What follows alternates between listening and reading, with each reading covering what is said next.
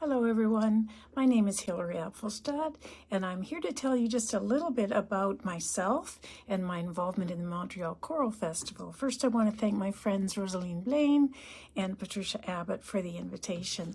They've asked me if I would tell you just a little bit about how I got into conducting, and I would have to say that was by starting as a singer at age 5 in a church choir in New Glasgow, Nova Scotia. And for the next 10 years I had the privilege of singing in some treble choirs there and really learning how to be a good ensemble member, learning to sight sing, learning a lot of repertoire, singing in parts, singing a cappella was a wonderful experience. And then I sang in church choirs once we moved to Toronto. I was 15 at that time. And then I went into the University of Toronto as a music major. And I followed the choral track because I was a piano principal, and that seemed the logical thing to do. I guess I got caught by the conducting bug in some of my classes. We had choral techniques classes for 8 semesters and conducting classes both in instrumental and choral conducting for 2 years. And along the way I got opportunities to work with groups and really found I enjoyed it. My first teaching job was K-6 elementary music as a specialist in Yorkton, Saskatchewan schools, where I was working with children, and I also worked in some churches there with adults. Eventually, I went back to grad school. I was a music ed major at the doctoral level and had a choral conducting cognate, which was a privilege because I studied with Robert Fountain at the University of Wisconsin-Madison. And by the time I got into college teaching, I guess you would say as a full-time career, I was teaching both music education courses and conducting a wonderful treble choir, University of North Carolina at Greensboro. We sang at National ACDA, we sang at regional conferences. I was so gifted to have these wonderful young singers under my care. And then that continued. I went to the Ohio State University. I taught mixed choir there as well as treble, graduate choral conducting, and finally went back to the University of Toronto, which is my alma mater, obviously, and had the same good fortune to have a wonderful mixed choir and a treble choir as well. I also worked with exultate chamber singers while I was in Toronto, and that was a great privilege, wonderful community adult semi-pro group. So I guess it was really kind of a lifelong passion in a way.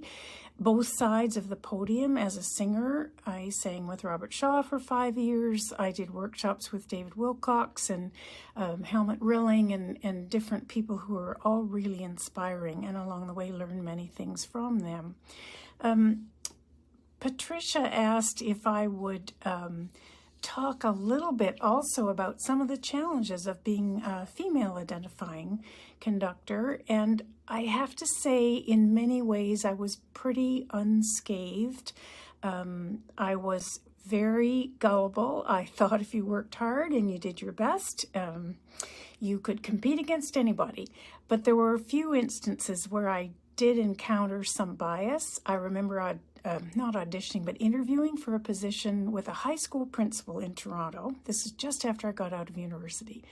And the first thing he said to me in the interview was, "We really need a man for this job because it's a tough school." Now, it was a tough school, and I might not have survived, but I don't think it was necessarily because I was female. I think it was because I was young and green. Anyway, I didn't get the job. Needless to say, I wasn't the right gender for him. And then about 10 years later, I was auditioning for a church job in North Carolina, and the minister, who, very well-educated man who had a family, he should have known better, he said at the interview, how are you going to manage this with 2 young children? I think my kids were 2 and 3 or something at the time. Really, that was none of his business. It was not legal. It certainly isn't now. I don't think it was then either. In any case, I fortunately did not take that job, but found another one where everybody was very welcoming to me as a female, as a mom, all the things I wanted to be in my life. There are a couple of other instances I like to share with people. This first comment is from a man. I had just finished conducting at a workshop with Sir David Wilcox. This was in Canada. And the gentleman came up to me and he said, "Hilary, that was really good. You don't conduct one bit like a woman." I was astounded, but I was also quite young and quite naive, and I simply did not know what to say to him.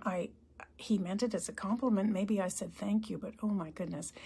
And then a few years later, a female said to me after I was interviewing for another church job in Columbus, Ohio, she said, "Hilary, you're pretty good for a woman."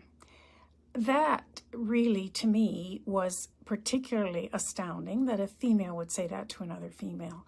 And later on, the minister who was present and heard her say that said something about it to me. He was appalled too, and I don't know if he ever spoke to her about it, but oh my goodness, those things have stuck out. I have tried very hard to do my best to be a good model for students regardless of gender identity. It doesn't matter. The characteristics of leadership, I think, are quite generic. I'm so excited that at the Montreal Choral Festival, we are going to address leadership, in particular leadership for female identifying conductors.